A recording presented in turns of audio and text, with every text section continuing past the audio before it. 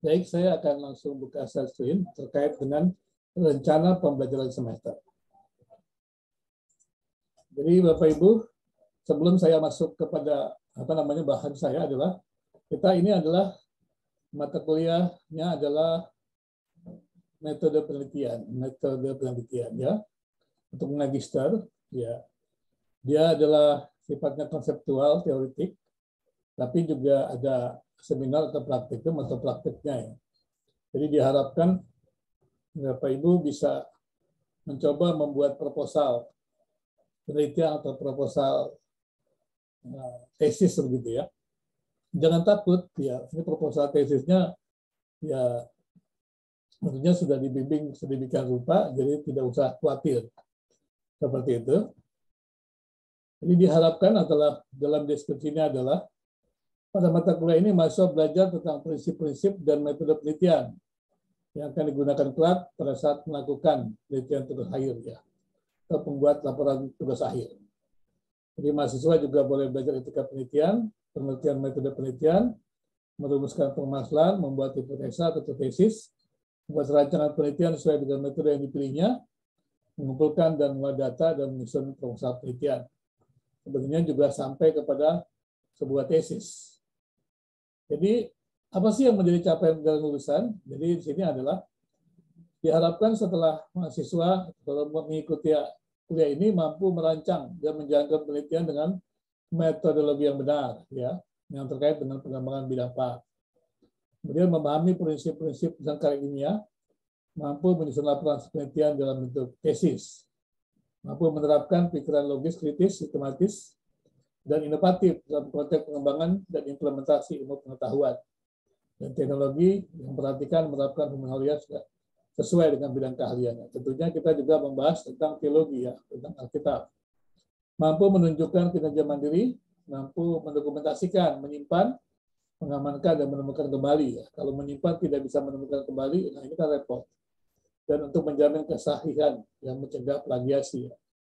Berkarya dalam bentuk publikasi, menunjukkan sikap bertanggung jawab, jadi jangan plagiarisme ya.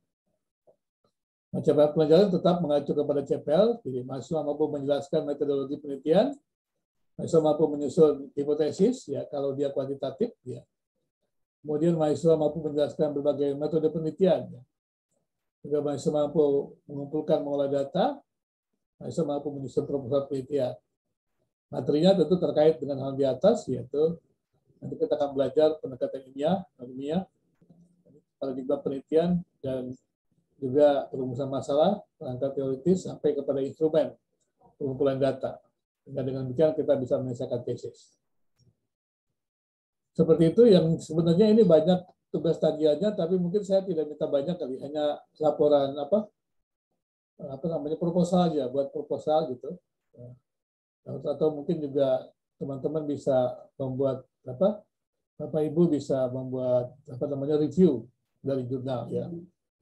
Seperti itu ya.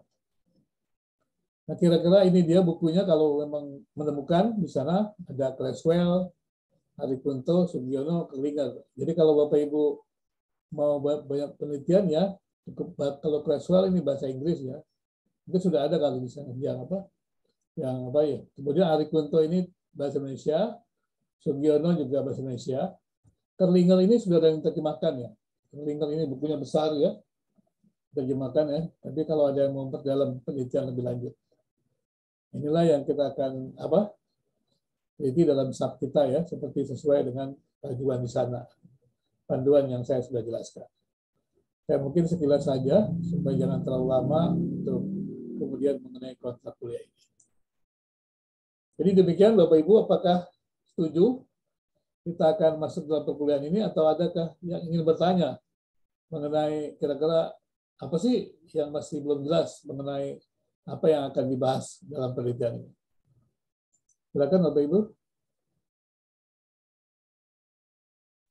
Jelas Pak. Jelas ya. Ada yang tanya lagi? Lain? Tidak ada. Boleh lu tanya, boleh. Tugasnya apa? Boleh semuanya. Atau ya. Kalau tidak ada, kalau kata Pak Rudi sudah jelas nih. Berarti saya sudah harus tancap gas ini masuk kepada penelitian. Tapi nggak apa-apa ya. Pak Roni orangnya semangat ini dari awal juga, sudah beberapa kali kita ketemu. Ya baik, ya. Kalau tidak ada, baik ya Bapak Ibu, tidak ada ya. Karena saya ini hanya memfasilitasi Bapak Ibu, jangan masuk kuliah ini dengan kecemasan ya. Jadi kuliah itu jangan cemas gitu ya. Kadang-kadang ada orang kuliah itu cemas gitu ya. Dosennya killer gitu. Kita itu hanya memfasilitasi Bapak Ibu dan saudara semua gitu. Jadi tanya aja ya. Gitu. Jadi kami ini ya karena belajar lebih dulu kan gitu, punya pengalaman lebih dulu ya. Ya berarti dalam hal penelitian ya, metode penelitian. Mungkin dalam hal lain Bapak Ibu lebih pengalaman dari saya gitu ya. Jadi tidak usah harus sungkan-sungkan gitu ya. Jadi jangan cemas dengan kuliah. Metode penelitian itu dinikmati aja. Banyak orang kalau belajar metode penelitian itu katanya mengerikan, susah. Padahal menurut saya tidak. Karena dokter saya ini penelitian. Jadi saya bertahun-tahun kerjanya meneliti gitu ya. Dan menikmati gitu ya, menikmati. Jadi bukan sesuatu yang mencemaskan gitu, tapi menyenangkan. Nah, saya langsung kepada bahan kalau tidak ada pertanyaan.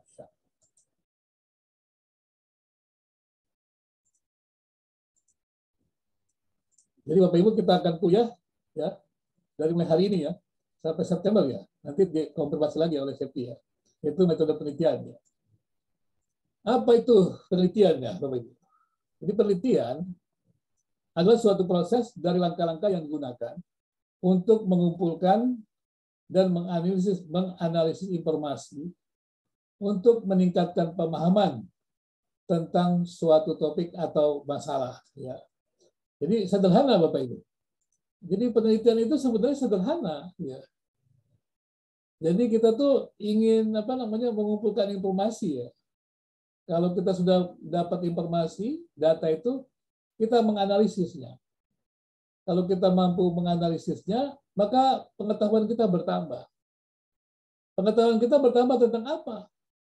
Tentang topik yang kita kumpulkan informasinya. Tentang masalah yang kita cari solusinya. Jadi kalau kita mau menulis atau mau meneliti, yang pertama itu topiknya mesti jelas. Artinya jangan meneliti sesuatu yang tidak kita pahami. Saya Bapak Ibu ini adalah pendeta lah gitu ya. Kemudian buat penelitian tentang bursa gitu, tentang saham. Nah ini salah kaprah ini ya. Kalau mau pendeta meneliti saham gitu, salah kaprah itu. Dia ilmunya nggak cocok gitu, topiknya nggak ketemu begitu. Seperti itu juga. Nah pernah juga saya ditanya kan pada waktu di ATA di Thailand ya, kita bertemu dengan asosiasi ya sekolah-sekolah teologi Asia ya. Pada waktu itu saya belajar ataupun ikuti supervisi ya, seperti pembimbing doktor ya dengan sekolah-sekolah teologi di Asia ya. Ada satu yang menarik begini, pada waktu itu kita belajar kualitatif dan kuantitatif.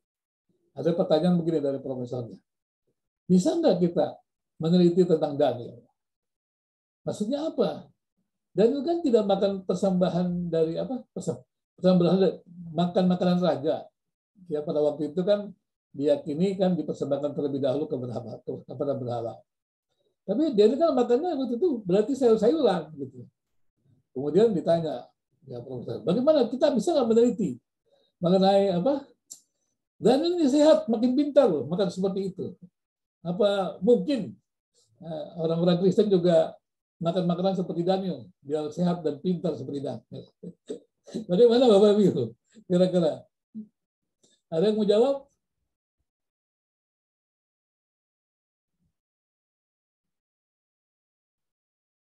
Gimana Pak Roni? Jawab nggak? Pak Roni kan gitu. Vegan ya Pak ya? Makan sayur-sayuran aja Pak. Lemes Pak kalau kita orang Indonesia Pak di sini Pak. Ya itu lain lagi. Yang Daniel itu loh Pak. Gimana Pak? Bisa nggak? Yang lemes juga ya. Ya.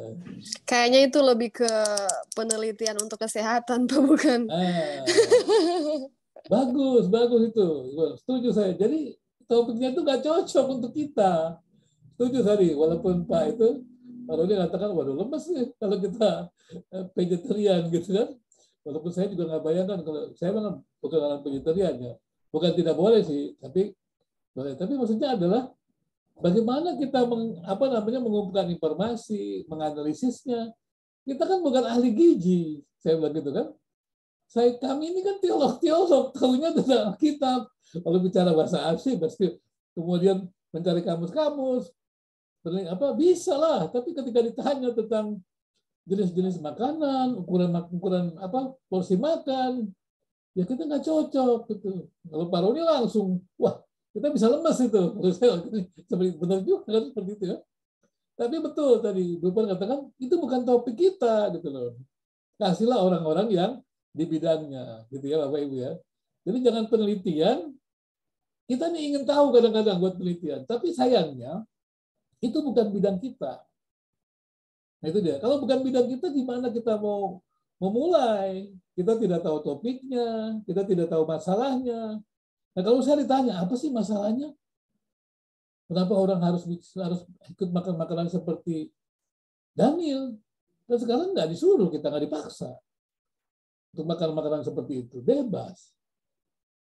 Untuk saya nggak ada masalahnya.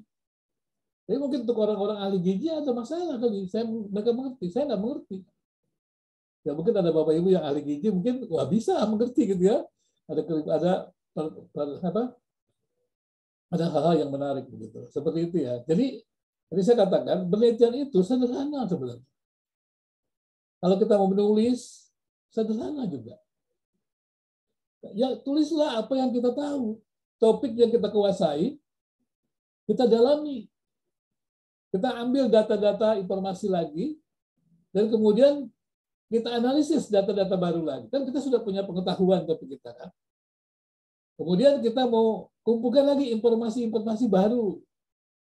Nah kalau ada informasi-informasi baru, kita punya topik bidang kajian kita itu, maka ketika ada data, kita bisa analisis. Bagaimana saya bisa menganalisis? Karena kan saya punya pemahaman topik. Ketika saya membaca realitas, saya harus membacanya dalam teori. Karena teori itu adalah sesuatu yang teruji. Ya. Nah ini kadang-kadang di Indonesia ini lucu ya, teori gitu ya. Padahal tuh kita buat teori itu sebenarnya setengah mati. Gitu. Tapi orang-orang bilang, teori aja, kita praktek. Saya juga bingung, kalau kami di orang peneliti nggak bisa kita membaca sesuatu tanpa teori. Nggak bisa, harus dengan teori. Makanya tadi, bagaimana saya membaca bahwa persoalan Daniel itu, makanan Daniel itu menjadi masalah hari ini. Saya nggak bisa membacanya karena saya tidak ahli gizi. Tapi orang ahli gizi mungkin tanya, wah menarik ini untuk dibahas misalnya. Gitu ya. Jadi topiknya tidak cocok. Suatu saat saya juga menjadi reviewer sebuah buku. Nah dalam suatu diskusi, ada seorang yang menjadi penulis bilang begini, waduh, saya tuh sudah berjam-jam duduk di depan laptop, tapi tidak tahu apa yang saya mau tulis. Saya bilang, ya menulis itu bukan mengarang. Ya baca buku aja, pahami dalamnya itu, nanti kita juga akan dapat data-datanya, kemudian buat draft seperti itu. Kumpulkan data-datanya. Jadi bukan mengarang. Kita tidak sedang buat fiksi, yang kemudian melamun di depan laptop, segala gitu ya. Dan itu membutuhkan bakat khusus. Jadi penelitian ilmiah itu semuanya tidak perlu bakat. Walaupun kita perlu belajar academic writing, tetapi academic writing itu juga sederhana ya sebenarnya. Nah, kebetulan saya juga nanti mengajar academic writing ya, untuk menulis bebas plagiarisme gitu ya. Seperti itu ya, Bapak Ibu. Jadi jangan terlalu jauh-jauh kalau buat tesis, buat tulisan karya ilmiah, buat apa juga. Pertanyaan sederhana. Apa sih topik yang kita kuasai? Nah sekarang kan Bapak Ibu ada yang sudah 20 SKS, ya kan? Nah, tanya itu, mata kuliah yang diikuti apa? Minatnya di mana? Jangan kemudian, oh saya berminat dengan kurikulum, Pak. Oh iya, waktu kurikulum ujiannya berapa? Aduh, hampir nggak lulus. Kalau hampir nggak lulus, ya nggak usah buat tesis di sana. Cari yang bagus gitu loh. Wah, Pak, waktu saya waktu saya kuliah, salah satu mata kuliah yang saya senangi adalah misalnya apa? Misalnya apa misalnya? Mengenai sejarah pendidikan Kristen, Pak. Nilainya berapa? Waduh, hampir sempurna, Pak. Wah, bagus itu. Jadi menulislah mulai dari yang kita punya, yang kita kuasai topiknya, terus kita kembangkan dengan mengumpulkan data-data informasi baru, sehingga akhirnya ketika kita menganalisis dengan pengetahuan kita yang sudah ada teori itu, kita berkembang. Nah, itulah yang namanya kita meneliti ya Bapak Ibu ya. Jadi penelitian itu mulai dari topik dan masalah.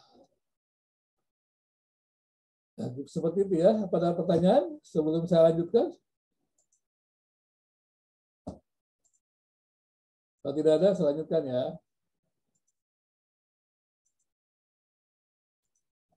Penelitian ilmiah didefinisikan sebagai aplikasi dari metode dan teknik yang sistematik yang membantu peneliti dan praktisi untuk memahami dan meningkatkan suatu proses. Misalnya kalau dalam pembelajaran-pengajaran gitu bisa.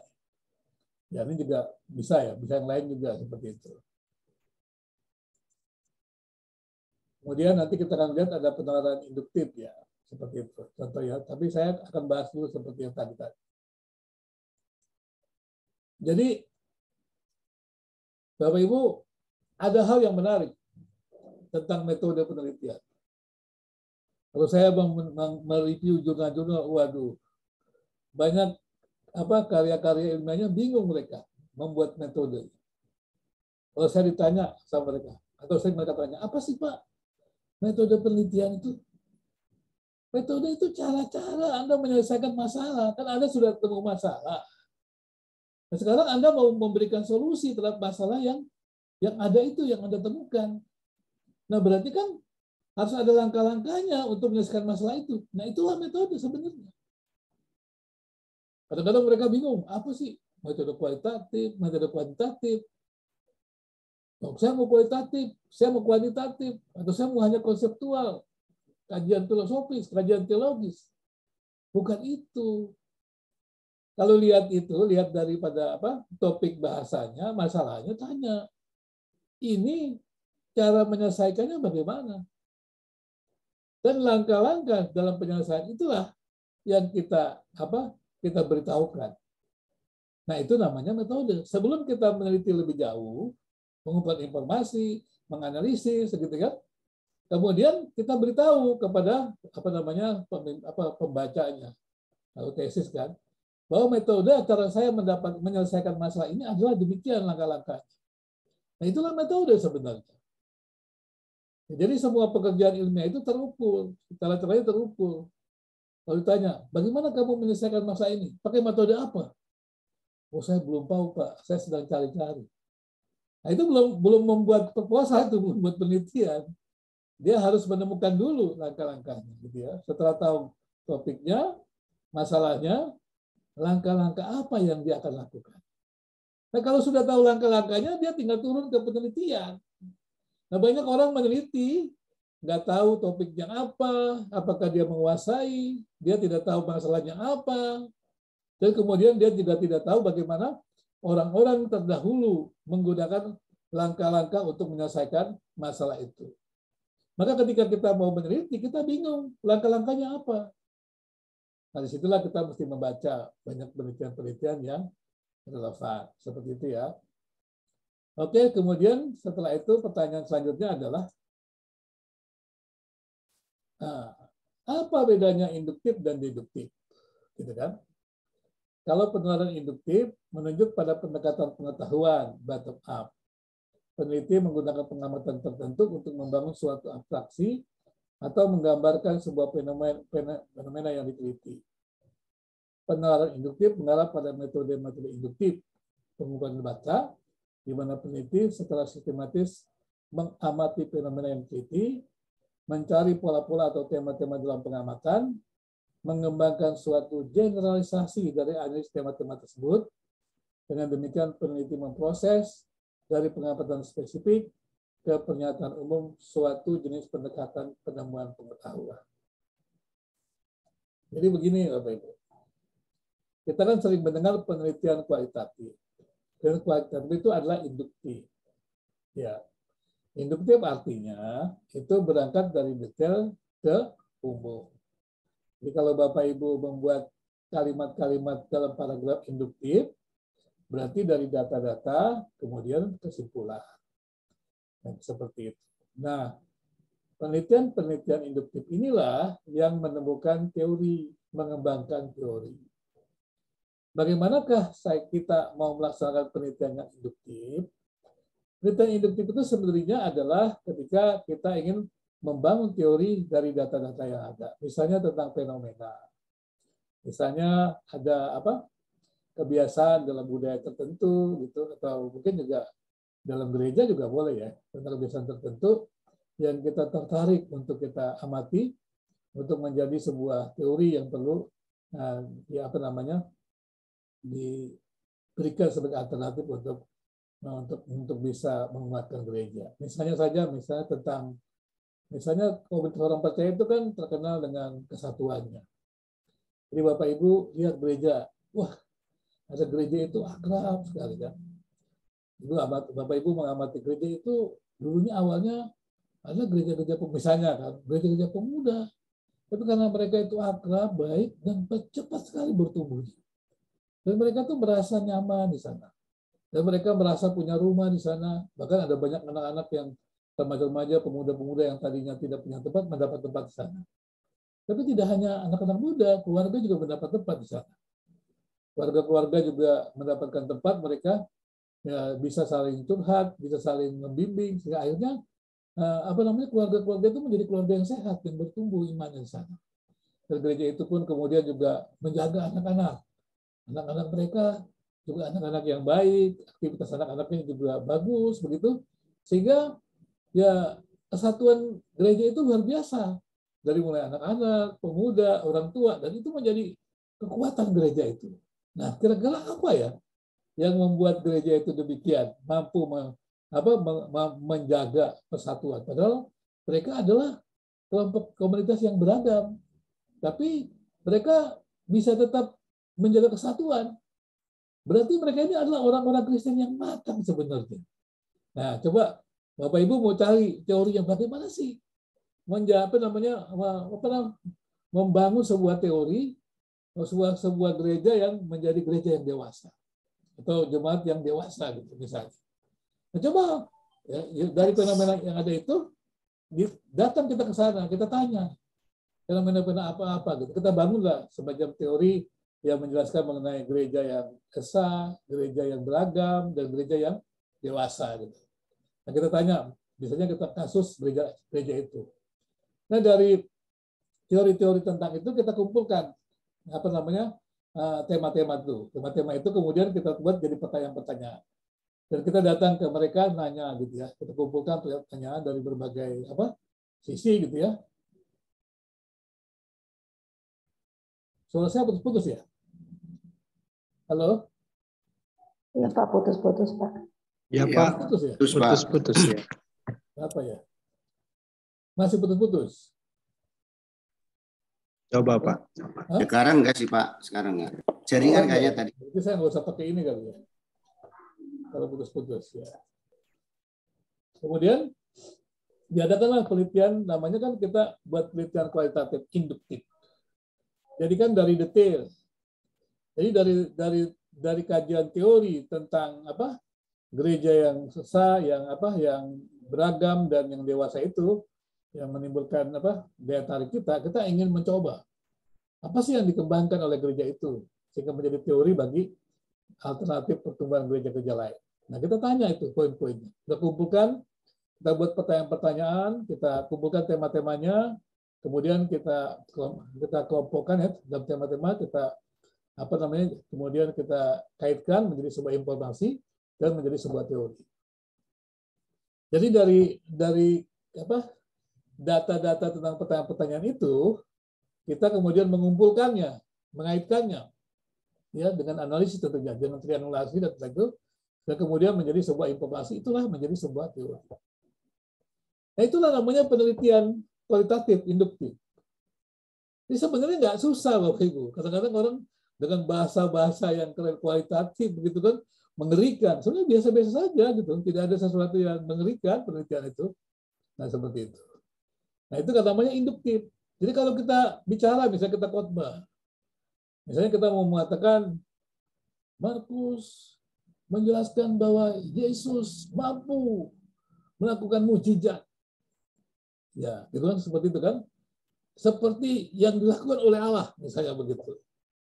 Kemudian juga Matius melaporkan bahwa Yesus ya, Allah yang ada manusia, Allah yang dapat mengampuni dosa manusia. Kemudian juga dikatakan Yohanes, pada mulanya adalah firman, dan Yesus bersama-sama dengan Allah. Nah itu kan data-data kan. Kemudian kan dari kesamaan, dari komposisi kita gabungkan. Lalu kita kesimpulkan bahwa Yesus adalah Allah. Kenapa Yesus adalah? Karena dia mempunyai sifat-sifat Allah. Kemahakuasaan. Terus lagi, Pak. Kemampuan mengampuni dosanya. Nah seperti itu. Itu kan jadi sebuah teori ya. Kenapa Pak Yohanes? Kurang jelas ya? Baik ya. Cukup jelas ya Bapak Ibu. Jadi dari data-data itu kita gabungkan, jadi analoginya kesamaan, dan kalau analogi kan kesamaan ya, tapi juga bisa dari komposisi ya. Penggabungan, yaitu Matius, Markus, Lukas menjelaskan hal yang sama, yaitu sifat-sifat Yesus. Maka itu kita simpulkan bahwa Yesus adalah Allah. Seperti itu. Contohnya kalau kita membuat penelitian yang namanya induktif. Tapi kalau dibalik misalnya, kita membuat penelitian kuantitatif. Betulkah Yesus adalah Allah? Nah itu dia. Kan seperti itu kan? Karena kita menguji teori. Nah, ini namanya deduktif, Bapak Ibu. Kalau induktif, kita membangun pengetahuan atau teori atau juga doktrin. Tapi kalau kita kuantitatif, ya, kita menguji apakah teori atau pengetahuan kita itu benar atau tidak. Nah, kadang-kadang kita senang membangun teori, tapi kalau diuji kita nggak berani gitu ya. Nggak tahu Bapak Ibu sepertinya. Kalau membangun, wah menurut pemahaman saya, kita mengatakan begini. Jadi sebenarnya saya menyimpulkan begini. Apa Anda bersedia diuji? Takut kita kadang-kadang. Nggak apa-apa diuji. Kalau penelitian nggak apa-apa takut diuji. Salah juga nggak apa-apa kan, kita saling belajar, nggak ada yang sempurna begitu ya. Saya juga bisa salah. Jadi begitu ya Bapak Ibu. Apa yang disebut induktif? Induktif itu adalah dari data-data yang kita kumpulkan, ya. Kemudian data-data itu kita kelompokkan ya berdasarkan tema-temanya, dan kemudian kita bangun menjadi sebuah informasi, menjadi sebuah pemahaman atau teori. Itulah namanya membangun teori. Sampai di sini Bapak Ibu cukup jelas? Induktif. Jadi membuat apapun dengan langkah-langkah induktif seperti itu Bapak Ibu. Tidak terlalu susah juga. Ya. Gimana, ada yang ingin tanya dulu supaya saya bisa tahu dulu kira-kira apakah cukup jelas? Boleh juga, nggak apa-apa. Ya. Nanti kita tanya juga ya. Nanti Bapak Ibu juga boleh memberikan judul-judul untuk kita bahas bersama ya.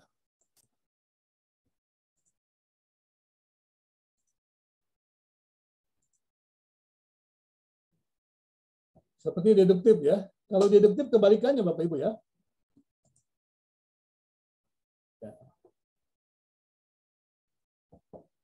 Jadi kalau deduktif kebalikannya ya, itu menggunakan aspek penilaian deduktif dengan pertama membuat sebuah pernyataan umum, kemudian mencari bukti. Tadi kan saya katakan ya.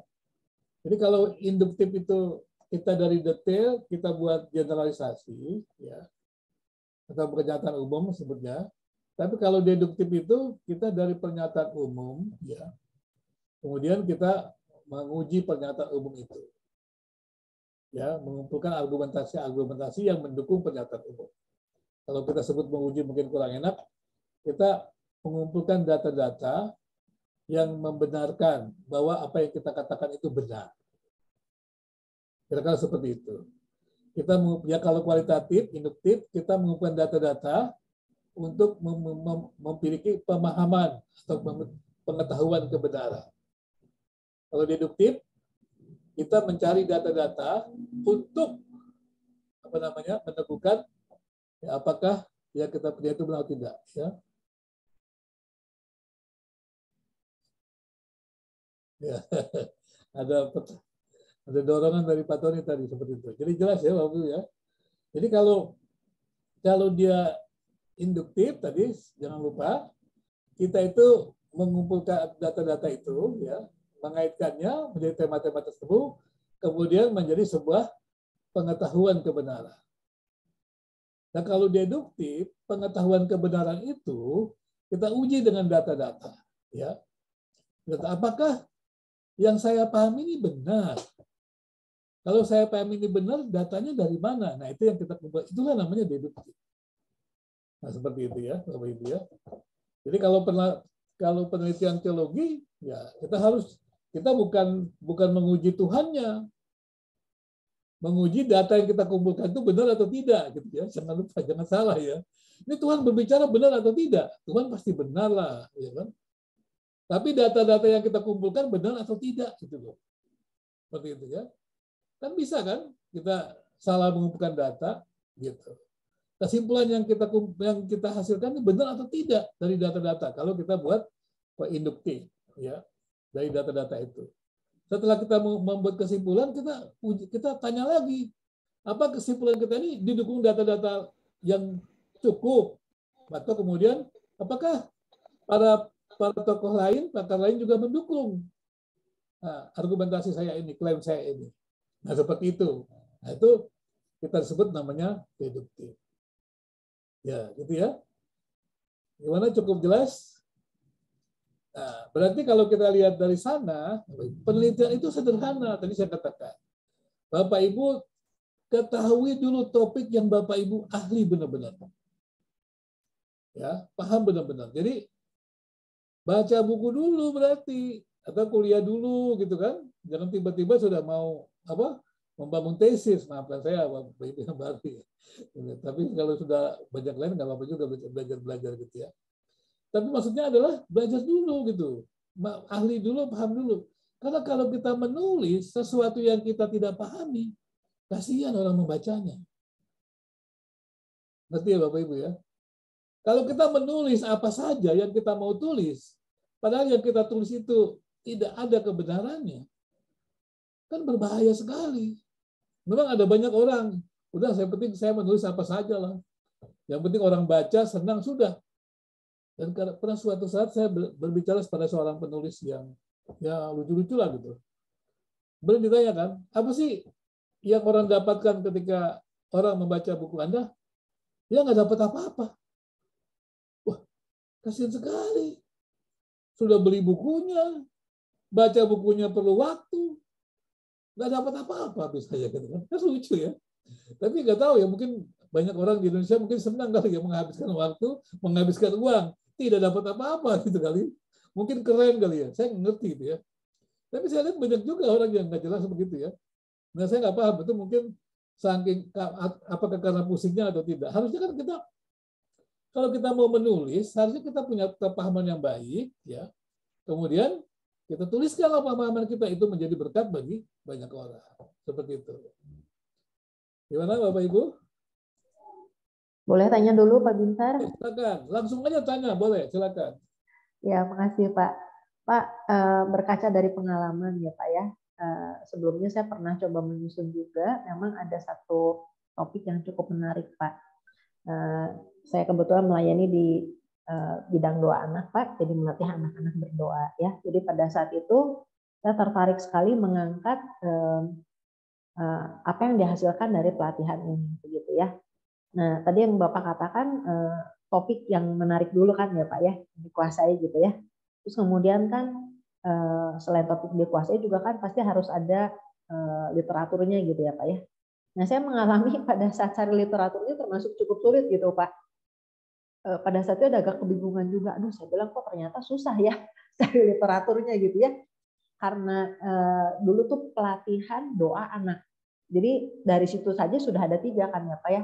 Tentang pelatihan, tentang doa, tentang anak gitu ya. Ada buku yang membahas doa aja gitu kan. Tapi tentang doa anak adanya kekanak-kanakan sekali gitu. Jadi dari pengalaman itu saya coba cukup mengalami kesulitan sih Pak Binsar gitu ya. Bagaimana dari ketiga sudut itu coba dipadukan gitu Pak. Nah, sementara kalau misalnya kita melakukan penelitian hanya mungkin untuk diri kita gitu ya Pak, kan beda ya Pak, kalau kuliah kan ada tengah waktu Pak Binsar gitu kan, gitu ya, kita harus cari literatur, kita menyiapkan. Nah, mungkin ada saran nih Pak Binsar gimana supaya untuk kedepannya bisa lebih baik gitu Pak. Makasih Pak. Ya, baik. Jadi menarik itu. Misalnya tadi kan saya katakan harus yang dipahami. Tadi Bu Yeni mengatakan tertarik dengan doa. Dan juga pasti beliau juga berkecimpung di dalam doa begitu ya. Cuma persoalannya banyak orang berdoa tapi tidak menulis buku-buku tentang doa gitu ya. Apalagi kemudian pelatihan doa anak gitu ya. Orang-orang pikir ngapain sih buat pelatihan doa anak? Orang tua bisa ngajar anak berdoa, mungkin begitu kali ya. Padahal kan tidak sesederhana itu. Karena banyak anak-anak juga tidak bisa berdoa, misalnya begitu kan. Mungkin Ibu jadi tertarik mengenai topik doa. Tetapi kemudian topiknya itu diperkecil, yaitu doa anak ya. Kemudian dikatakan masalah metode pelatihannya, masalah mengajar anak berdoa gitu lah. Mungkin metode melatih anak berdoa lah gitu ya. Tapi sebenarnya itu satu variabelnya, itu doa anak gitu ya. Tapi menarik sebenarnya. Tadi kan saya katakan topiknya dulu kan. Topik udah jelas kan dapat topik. Tadi Ibu katakan bukunya nggak ada, jarang. Nah, oke. Sekarang pertanyaannya begini. Apa sih yang menjadi persoalan untuk anak itu yang membuat anak tidak bisa berdoa? Apakah betul karena tidak adanya pelatihan doa dari luar atau karena orang tuanya tidak pernah mengajar berdoa gitu? Saya begitu kan? Kalau kita mengatakan pelatihan doa anak, berarti mungkin sekarang ini banyak orang tua tidak bisa berdoa kali ya. Sehingga anaknya juga tidak bisa berdoa. Kemudian pertanyaannya adalah apakah itu masalah? Kalau anaknya tidak bisa berdoa, kemudian masalah terbesar bagaimana kita mengajar anak berdoa? Apakah mengajar anak berdoa itu dari orang lain di luar keluarganya atau dari keluarga itu sendiri? Itu pertanyaannya juga. Nah, kalau di sekolah minggu lain lagi. Nah, berarti kan sudah lama masuk sekolah berarti kalau sekolah minggu sudah cukup lama tapi di keluarganya tidak bisa berdoa, berarti betul-betul ada persoalan kan. Bagaimana melatih anak berdoa. Nah, dari situ sebenarnya kita lihat juga apa yang membuat anak halangan anak itu berdoa. Coba teliti dulu gitu ya. Teliti awal dulu lah, apakah ada masalah gitu? Apa betul anak itu ada anak-anak tertentu punya masalah dalam berdoa, dalam belajar berdoa gitu ya? Saya belum tahu ya. Menarik juga sih, saya belum tahu gitu ya. Seperti itu. Nah, memang belum terlalu banyak yang kasus ya. Saya belum tahu apakah Ibu Jenny mungkin punya kasus gitu ya. Anak itu tidak bisa berdoa gitu ya. Ya tahu, karena kebetulan saya di rumah sih anak-anak saya bisa berdoa. Saya nggak ajarin berdoa, bisa berdoa, saya juga nggak tahu.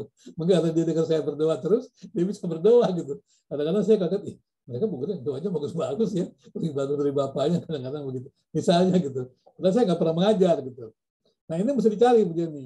Persoalannya di mana gitu. Nah bisa juga kalau memang mau buku-buku doa kan benar banyak. Ya buku doa banyak kan. Walaupun sebenarnya bukan hanya anak-anak yang nggak bisa berdoa ternyata mungkin. Mungkin juga orang tua banyak yang nggak bisa berdoa juga mungkin karena nggak tahu apa yang mau didoakan atau bahkan seperti apa saya nggak tahu lah. Nah kalau mau digali kalau soal tentang doa secara umum bukunya banyak dulu ini, tapi bukan doa anak ya, bukan doa untuk konsumsi anak, tapi kalau buku doa setahu saya banyak sekali itu. Tapi menarik tuh. Tapi Ibu Jenny mengambil kasus di anak. Nah saya nggak tahu apakah ada sekolah minggu tempatnya Bu Yeni itu yang memang mengajarkan secara khusus sebagai anak-anak berdoa. Nah kalau ada itu menarik, gitu. Jadi Ibu cari aja kasus, ya kan? Jadi di sekolah minggu Ibu Yeni misalnya, anak-anak yang datang ke sekolah minggu Ibu Yeni itu banyak yang nggak bisa berdoa. Kemudian guru sekolah minggunya melatih mereka berdoa. Kemudian hasilnya bagaimana? Apakah ada hasil yang baik? Nah kalau ada hasilnya, nah, Ibu Yeni membangun teori itu.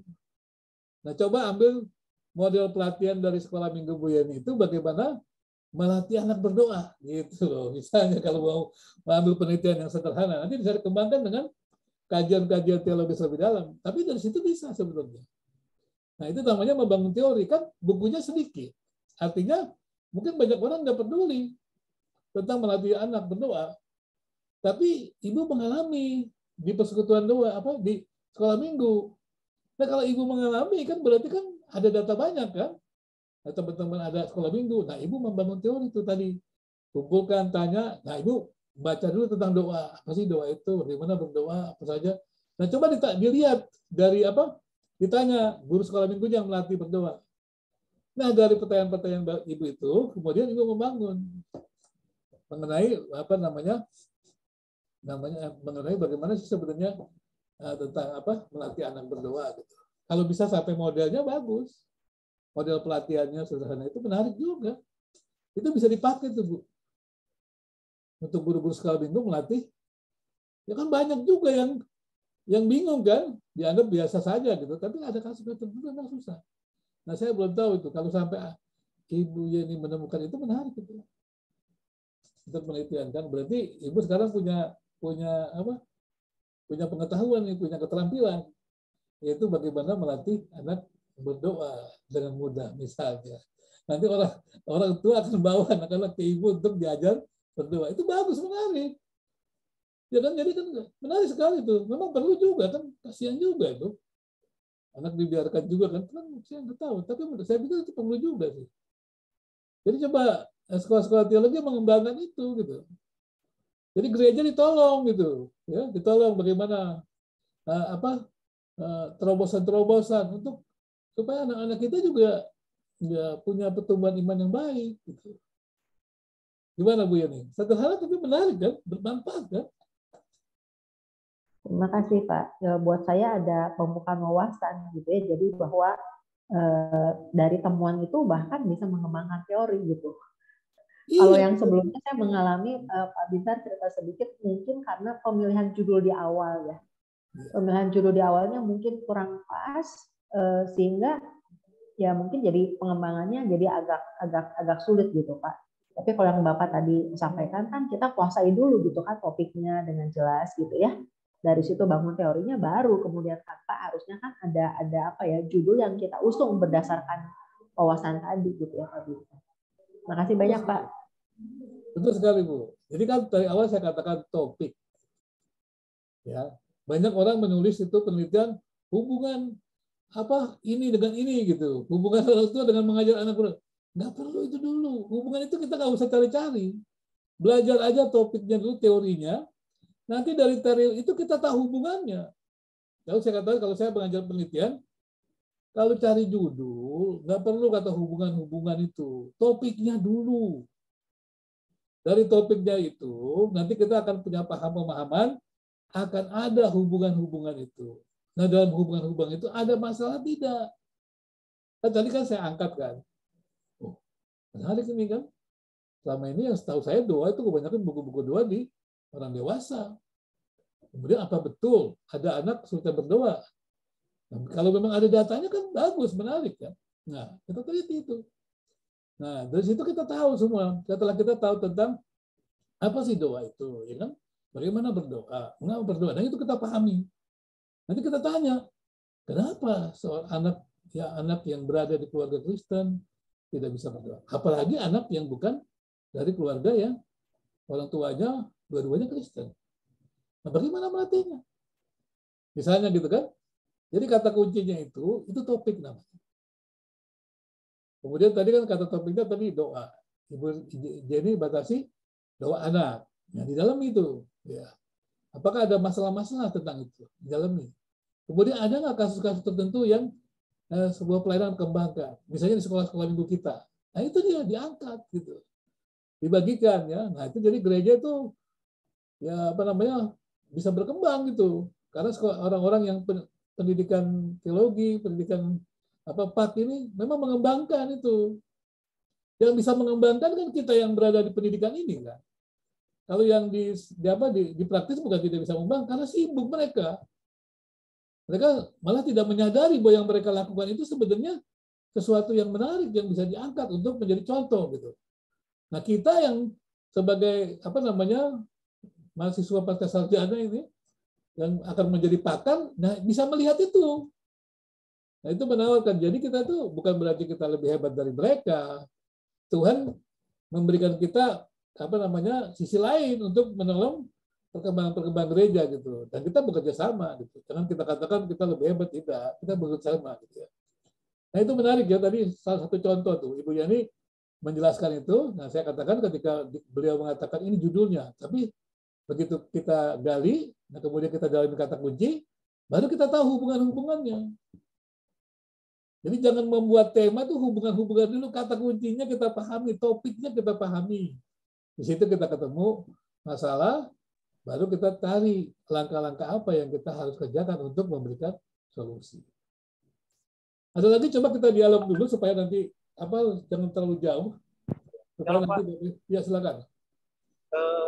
saya mau bertanya, pertanyaannya Ibu Yeni barusan itu tergolong induktif Pak ya?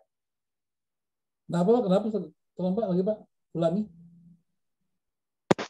Pertanyaannya Jenny tadi itu tergolong induktif Pak ya? Ya betul, karena membangun teori itu. Ya, ini tentang melatih anak berdoa itu. Bagaimana melatih anak berdoa itu teori itu. Gitu. Kalau menguji teori nanti setelah ada teorinya baru diuji dengan dipraktekkan benar nggak anak-anak itu dengan menerapkan itu bisa berdoa. Nah itu diuji nanti. Seperti itu. Jadi makin kuat diperbaiki lagi gitu terus. Jadi kalau yang Ibu Yani tadi buat itu sebenarnya membangun teori karena induktif. Nah, kualitatif ya. Kualitatif kan dari data-data kan, empiris kan. Jadi ya tentang tentang fenomena yang ada adalah mengenai anak mengajar anak berdoa gitu ya. Misalnya yang dilakukan di sekolah minggunya, sekolah minggu beliau. Coba diangkat. Ada banyak sebenarnya yang kita bisa angkat, banyak sekali. Hanya saja mungkin kita kurang perhatian gitu dengan penelitian teologi gereja gitu. Kita lebih mungkin sukanya penelitian yang lain kali ya. Harusnya kita di teologi ini meneliti. Begitu Pak Jimmy. Ada sesuatu Pak Jimmy?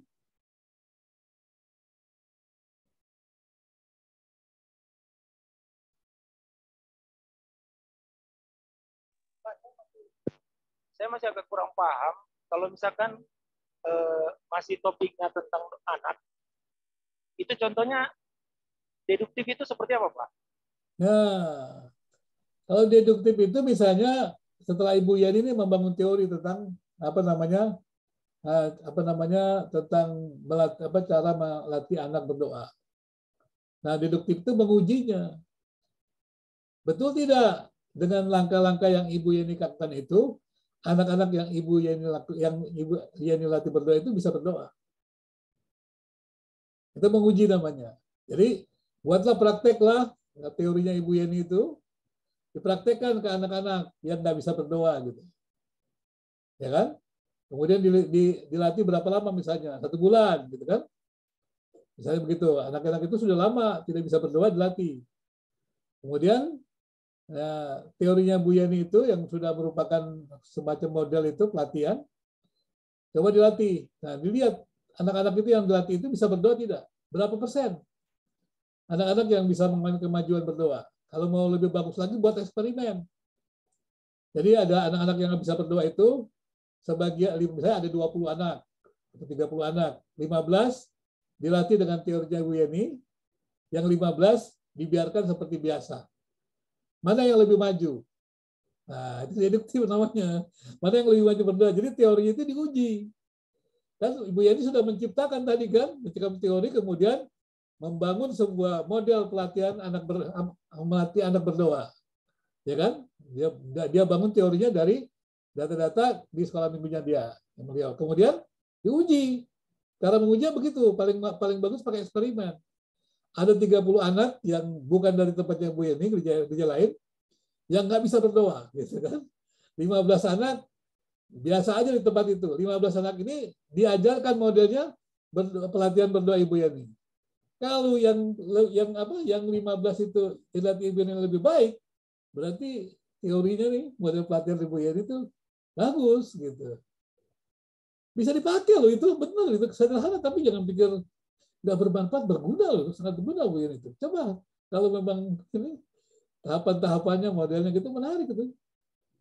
Jadi Pak, ya.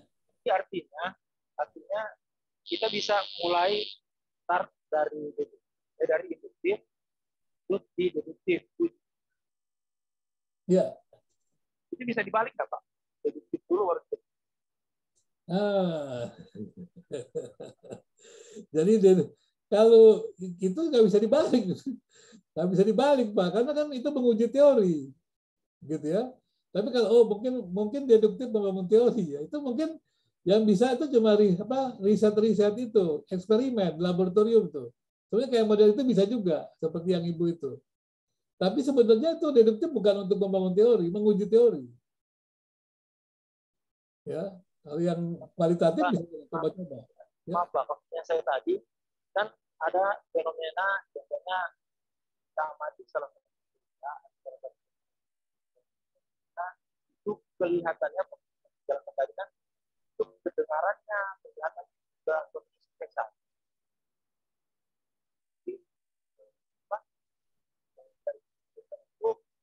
Dan kita lupa ada kerjaan, kita dengar kerjaan itu untuk anak itu pengajaran anak kerjaan. Oke.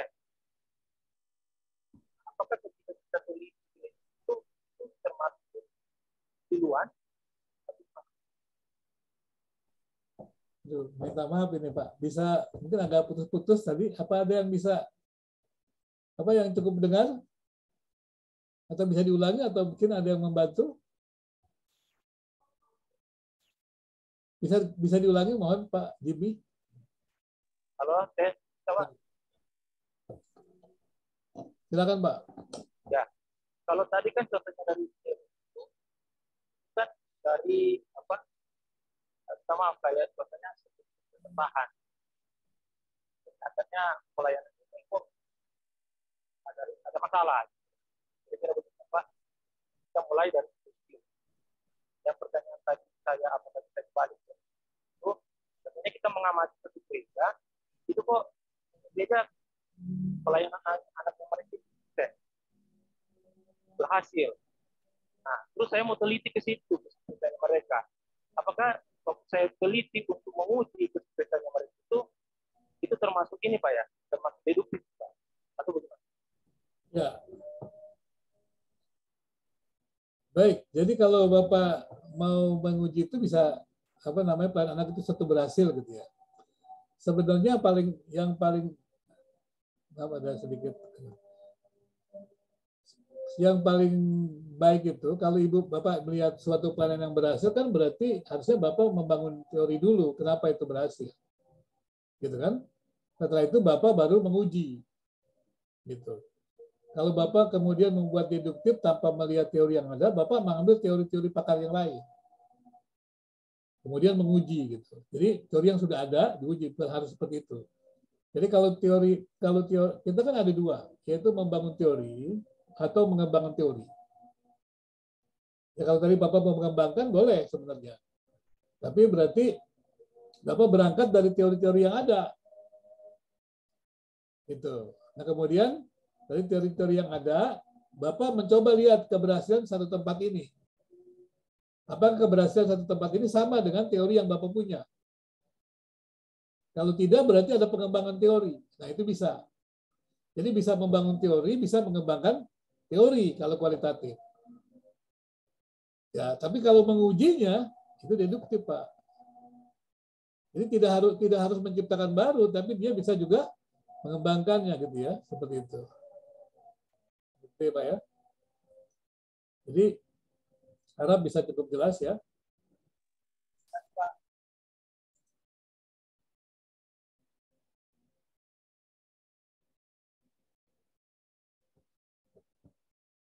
Jadi gitu Pak. Jadi kalau Bapak buat induktif, kualitatif, membangun teori, atau mengembangkan teori.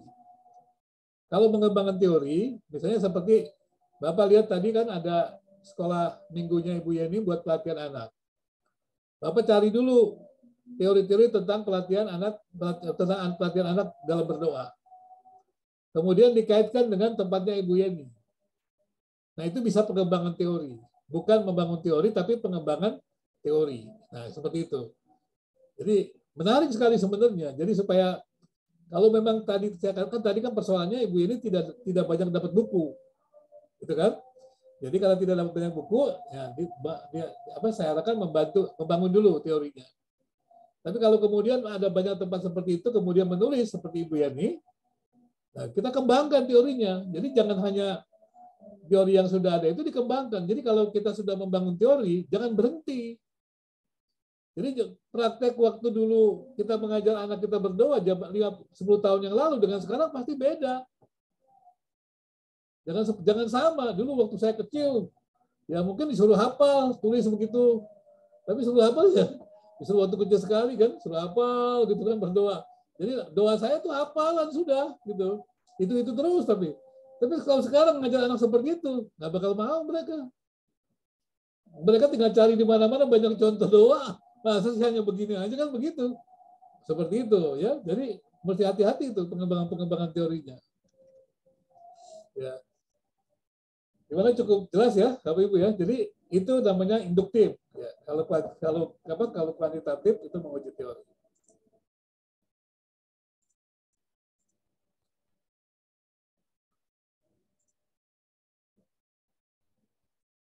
Baik, inilah yang dikatakan deduktif. Jadi sebuah teori dan pengetahuan yang digunakan untuk menyusun hipotesis, mengumpulkan data dan membuat suatu keputusan berdasarkan pada data untuk menerima atau menolak hipotesis atau prediksi. Ya. Nah, sekarang kita bicara tentang induktif. Jadi kalau Bapak Ibu bicara tentang deduktif.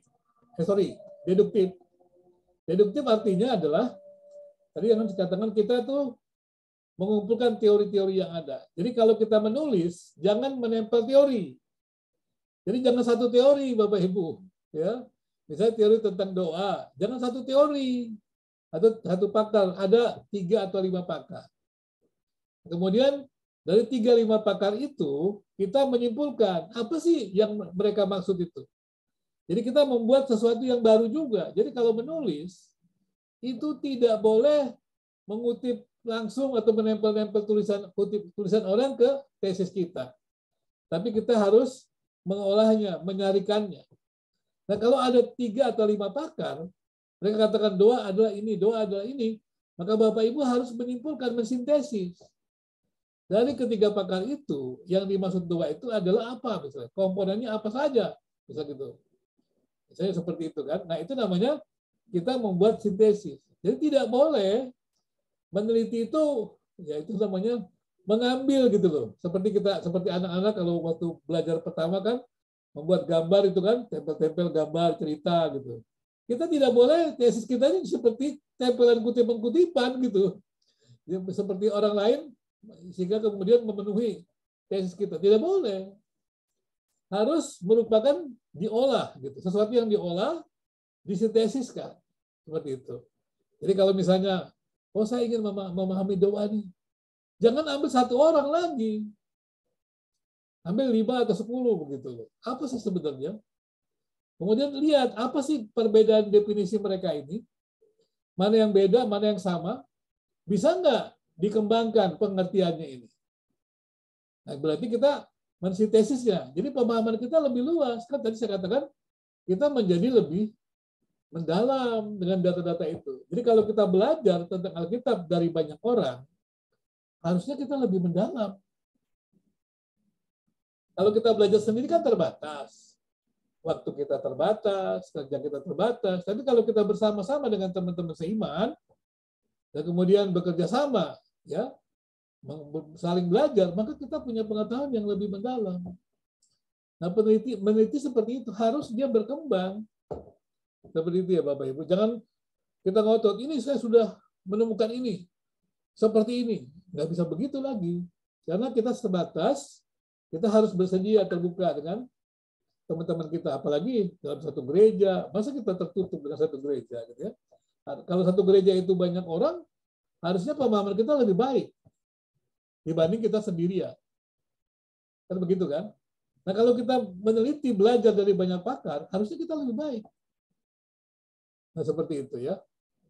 Jadi jangan sampai Bapak Ibu yang kemudian menjadi idola satu pakar, bukan nggak boleh, tapi cobalah bandingkan dengan pakar-pakar lain, sehingga ketika pakar-pakar yang sudah ada itu kemudian ya mulai mungkin ya pensiun, dan Bapak Ibu tampil lebih baik lagi karena belajar dari banyak pakar. Itu tujuannya kita belajar di pendidikan tinggi teologi. Karena itu banyak dosen gitu kan. Kalau kita belajar sendiri kan terbatas. Tapi kalau kita belajar rame-rame dengan dosen dan dengan teman-teman saling belajar, wah luar biasa itu. Seperti itu ya. Nah karena itu saya sebetulnya senang gitu. Kenapa saya terus belajar itu sampai sekarang itu gara-gara itu Bapak Ibu. Karena ya itu tadi. Kalau banyak belajar dari banyak orang ya harusnya makin banyak tahu. Kecuali kita memang tidak mau belajar gitu ya dari orang lain. Ya. Kenapa kita tidak mau belajar dari orang lain? Ya? Tapi juga jangan menjiplak pengetahuan orang lain. Itu namanya plagiarisme itu ya. Ambil dianggap pengetahuan kita. Menurut saya begini, ini. Padahal dikutip dari orang lain. Jangan begitu, gitu. Jujur aja kalau kita kutip dari orang lain, katakan si ini mengatakan begitu. Sedangkan si ini mengatakan begitu. Yang lain lagi mengatakan begini. Ketiganya memiliki persamaan, tapi juga ada perbedaan.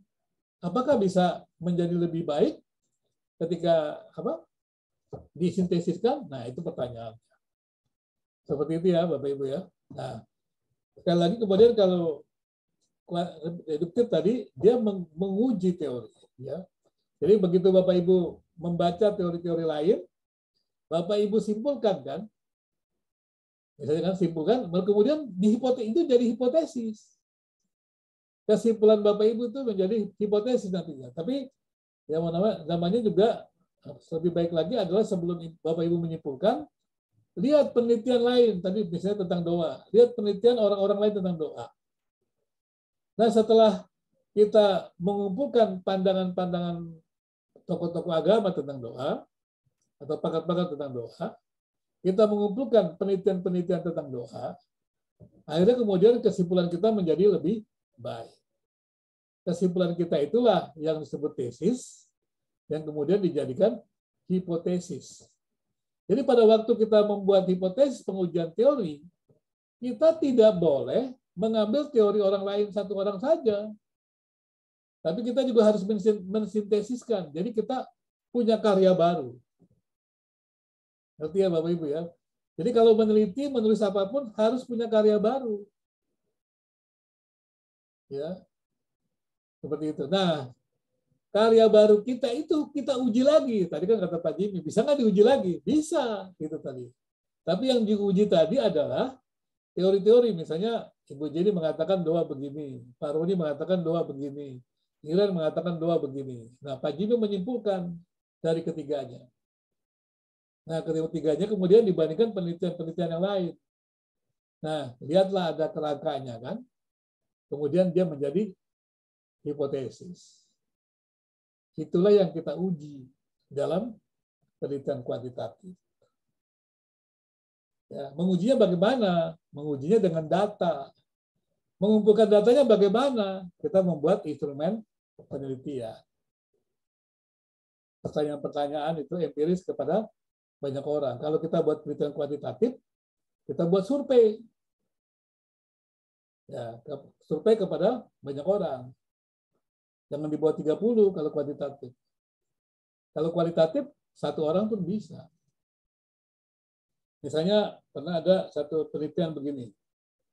Satu mahasiswa, dia bilang begini, Pak, anak-anak yang mengalami kekerasan di rumah tangga ternyata mengalami problem dalam pergaulan di sekolah. Oh, menarik tuh, dia bilang begitu. Kemudian kamu sudah baca belum buku-buku tentang itu? Belum, waduh diperdalam dulu. Nanti kan belum tahu hubungannya bagaimana. Berarti apakah kekerasan itu punya hubungan langsung atau tidak langsung atau apa? Dibaca dulu teori-teorinya gitu. Kan menarik sebenarnya. Dan kalau memang begitu, kalau kita kualitatif bagaimana? Bisa nggak satu? Bisa, Pak. Bisa, Pak. Caranya bagaimana? Cari seorang anak yang betul-betul mengalami kekerasan ya dalam keluarga, kemudian dia mengalami pergaulan. Nah, kita mendekati. Ada teman saya juga meneliti tentang anak-anak nakal yang di penjara itu. Bagaimana mereka melewatinya. Itu kasus-kasus kan. Dan ini bisa kita gunakan untuk membimbing anak-anak lain lagi. Ya, dengan pengetahuan Alkitab kita bingung. Betul. Jadi ada banyak sebenarnya yang gereja bisa kerjakan untuk mengembangkan pelayanan-pelayanan yang lain. Nah, kalau gereja saling berusaha untuk saling membantu meneliti seperti ini, saya pikir banyak sekali ya pekerjaan yang bisa dikerjakan gitu. Kadang-kadang saya nggak sabar juga mungkin. Kenapa sih kita tidak mencari terobosan-terobosan baru gitu loh untuk meneliti? Masa sih begitu-begitu saja?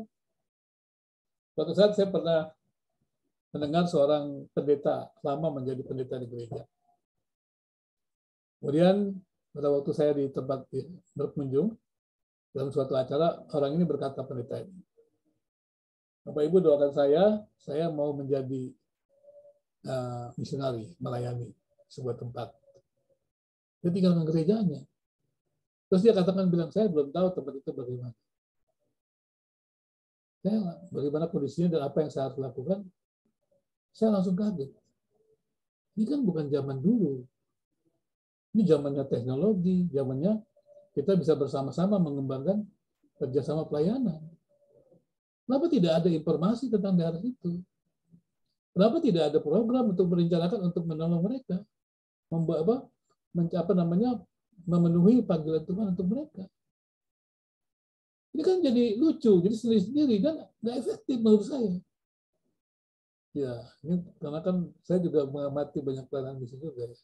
Nggak efektif. Banyak orang diutus, maafkan saya juga ya, terus penginjilan. Diutus, didoakan, kemudian dibiarkan aja.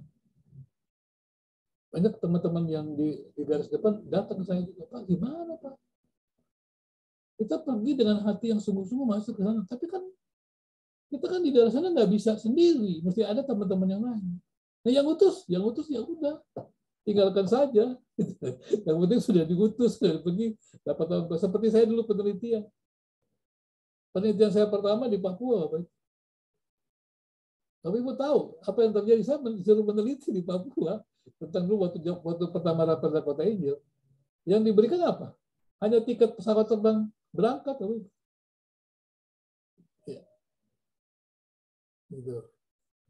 Tiket pesawat aja. Kemudian kalau dihitung-hitung nggak cukup pulang pergi karena tiba-tiba naik begitu kan. Nah di sananya gimana?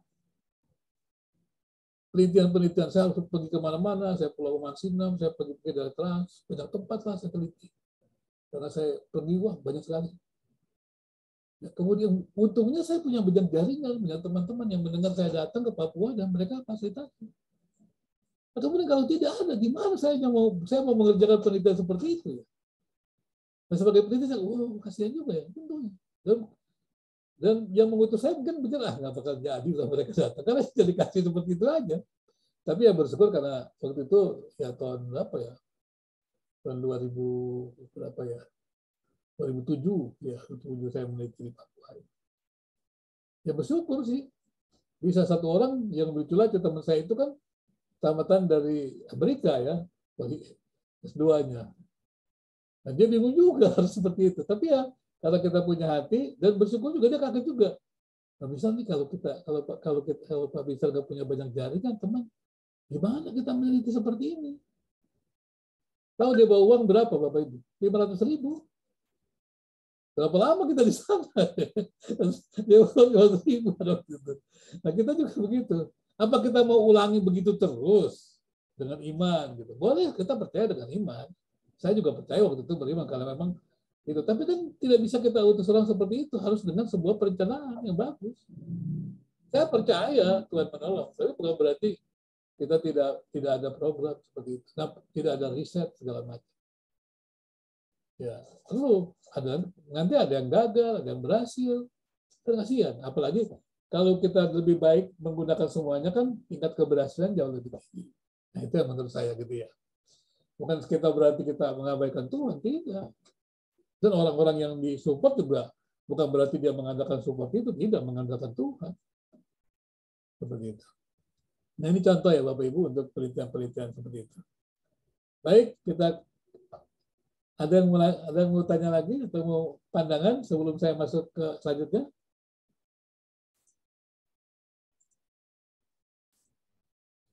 Pak Binsar, maaf masuknya terlambat. Apakah kita ada jam break atau lanjut, Pak? Mohon maaf. Oh iya. Ada istirahat ya.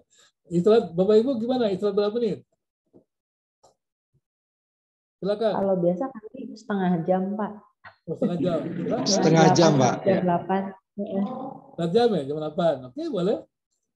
Ini sampai jam 8. Ini masih 7 setengah 8 biasanya. Ini masih ada Ya, waktu. 8 menit ya, Pak. Setengah 8 ya kita istirahat ya, setengah 8. Oke. Sebelum istirahat ada lagi sesuatu? Coba boleh yang mau buat tesis jangan lupa itu. Saya tidak minta hubungan-hubungan, saya minta topiknya apa, masalahnya apa, atau kata kunci judulnya apa. Belum, Pak. Ya. Izin bertanya, Pak. Silakan, Pak. Ya, tadi menarik seperti yang Pak Binsar sampaikan ya bahwa kualitatif atau induktif itu dia satu orang aja subjektif aja bisa jadi teori ya Pak ya. Nah, pertanyaannya sevalid apa Pak? Kalau misalnya hanya satu orang gitu loh.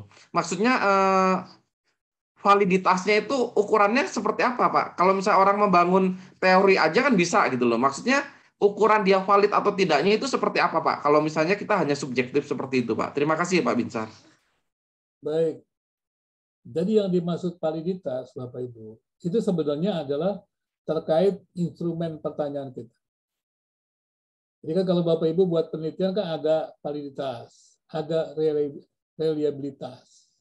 Sebenarnya itu terkait dengan bagaimana kita punya instrumen yang baik untuk bisa mendapatkan jawaban atau pertanyaan-pertanyaan yang kita kumpulkan untuk mendapatkan informasi yang kita harapkan. Maka itu instrumen itu ada validitas isi. Validasinya. Kemudian kalau instrumen itu dipakai berkali-kali ke tempat yang lain, maka errornya rendah. Itu berarti reliabilitasnya tinggi. Begitu. Biasanya begitu. Itu sebenarnya itu adalah untuk menghadirkan instrumen baku. Instrumen baku adalah instrumen yang sebenarnya kalau sudah dilakukan, dia akan mendapatkan data yang sama. Contohnya instrumen baku itu misalnya, kalau Bapak Ibu pernah ikut ujian, tes-tes lah, tes-tes potensi atau TOEFL gitu, itu instrumen baku. Nah mereka tuh kan, maka mereka tuh punya instrumen, kalau mereka punya bank soal, maka mereka punya soal-soal itu ada yang sedang, ada yang rendah, ada yang mudah ya, ada yang mudah, sedang, tinggi gitu. Dan itu terkemas demikian, maka kemudian bisa mengukur kemampuan orang. Jadi mendapatkan mampu mengukur kemampuan dalam bahasa Inggris kita. Demikian juga instrumen yang kita gunakan untuk menanyakan sesuatu. Apakah orang mengerti yang kita tanyakan dan akan menjawab sesuai yang kita harapkan. Ini sebenarnya seperti itu. Ini mengenai validasi ya. Nah, kemudian mengenai satu orang. Kalau kualitatif satu orang itu sebenarnya dia tetap valid. Kenapa tetap valid? Caranya begini. Kan kita tidak hanya tanya dia, tapi kita tanya orang-orang dekat dia. Ya kan? Jadi kita juga tanya sejarahnya dia bagaimana. Seperti itu. Seperti kalau untuk kasus, ini namanya studi kasus. Nah, itu kita lihat dia. Kemudian kita belajar dulu cara menanyakannya itu dari teori-teori. Bagaimana sih untuk menggali sebuah pertanyaan untuk menjadikan sebuah informasi yang kemudian menghadirkan sebuah teori. Misalnya tadi tentang anak-anak yang mengalami kekerasan di keluarga, mengalami kesulitan dalam pergaulan di sekolah. Gitu kan? Nah, kita cari satu kasus saja. Cari aja anak yang seperti itu. Nah, betul nggak itu terjadi? Menurut saya betul. Tapi apakah bisa digeneralisasi? Tidak bisa. Nah, contohnya begini. Apa sih bedanya penelitian kualitatif dan kuantitatif? Kalau menurut Pak Roni, kalau secara umum, orang memancing itu untuk apa? Dapat ikan, Pak. Dapat ikan. Tapi kalau orang kualitatif, tidak selalu. Karena dia sering pergi ke tempat, kalau coba kita lihat misalnya tempat-tempat wisata, tempat-tempat pertandingan pemancingan, itu dapat ikannya dilepas lagi, Pak Roni. Dan mereka nggak butuh ikannya. Saya juga dulu kan mancing waktu masih kecil, orang tua saya kan suka mancing di Jakarta itu di Pulau Seribu ya. Itu dapat ikan sedikit juga kita tetap senang gitu loh. Jadi bukan dapat ikannya gitu loh. Nah, makanya waktu saya pernah pelayanan di Makassar, orang bawa saya mancing ke dalam gitu. Itu juga senang gitu. Wah, jadi bukan dapat ikannya kecil-kecil para karena kecil-kecil sekali mungkin darah kita kan itu. Tapi kita senang gitu loh. Apa betul? Jadi sebenarnya dia ada kesenangan sendiri. Ada orang mengatakan kalau orang pemancing itu para waktu kailnya itu dimakan ikan, ditarik begitu dia senang gitu. Jadi kebahagiaan pancing seperti itu. Bapak saya cerita begitu. Jadi saya pengen tahu juga. Menurut Pak Roni kira-kira itu valid nggak penemuan begitu? Valid, Pak. Itu valid, Pak. Walaupun satu loh, Pak, bisa. Emang betul realnya. Jadi itu kalau mau digeneralisasi, Bapak buat banyak gitu. Nanti ketahuan, betul memang. Banyak sekali orang yang memang memancing, ya terutama di kota-kota besar ya, yang sudah punya, mereka memancing bukan dapat ikan gitu. Banyak kan ikut perlombaan gitu ya. Gitu. Jadi begitu ya mengenai validasi ya. Nanti kita akan belajar instrumen juga tentang validasi instrumen segala macam. Seperti itu. Gimana Bapak Ibu, cukup jelas ya? Oh, udah lewat ini. Belum lewat. 2 menit lagi, maaf. Jadi saya pikir cukup bersemangat ya Bapak Ibu ya. Tinggal masih ada 2 menit lagi kalau mau tanya lagi atau mau respon. Silakan Pak Roni mau respon. Oh, Pak Binsar, terima kasih atas penjelasannya, Pak. Ya, baik. Gitu ya. Jadi gitu. Banyak sih, saya misalnya juga kalau Pak Roni membuat kasus misalnya, kasus itu nggak selalu buruk ya. Pertumbuhan gereja yang bagus sekali gitu. Cepat gitu. Itu bisa jadi kasus, Pak. Studi kasus jangan kasus berarti masalah, bukan. Jadi studi gereja yang berkembang itu perlu diteliti. Supaya menjadi masukan untuk orang lain. Itu kan nggak ada, masa kita nggak mau belajar sih dari teman-teman lain gitu loh. Dan masa sih kita nggak mau berbagi juga dengan orang-orang lain gitu. Begitu ya, Ibu. Saya berharap juga begitu. Nah teman-teman yang dari Palu kan pasti kan di gereja cobalah kembangkan banyak itu. Bagaimana punya terobosan-terobosan pengembangan jemaat atau pendidikan anak atau apa gitu, ya pemuda gitu. Juga pendidikan keluarga juga menarik gitu. Ya bagaimana menguatkan keluarga-keluarga Kristen gitu kan. Itu menarik itu. Apalagi dalam zaman sekarang seperti ini. Sekarang ini susah kan, semuanya serba teknologi. Komunikasinya semu. Kita ada sama-sama di rumah, tapi masing-masing juga belum tentu bicara. Bicaranya sama orang lain. Karena telepon, WA, semua kan ada kan. Seperti itu. Nah gimana itu menguatkannya? Ya, saya pikir ini penting juga ya. Mudah-mudahan kita bisa lebih dalam lagi nanti. Kita istirahat dulu kali ya. Kalau tidak ada pertanyaan, karena masih 1 menit, saya lanjutkan juga susah. Baik Bapak Ibu, kita sampai pas 30 lagi. Jadi jam 8 kita bertemu ya Bapak Ibu ya. Kita istirahat 30 menit. Silakan Bapak Ibu. Baik, makasih Pak. Terima kasih, Pak. Terima kasih, Pak. Makasih.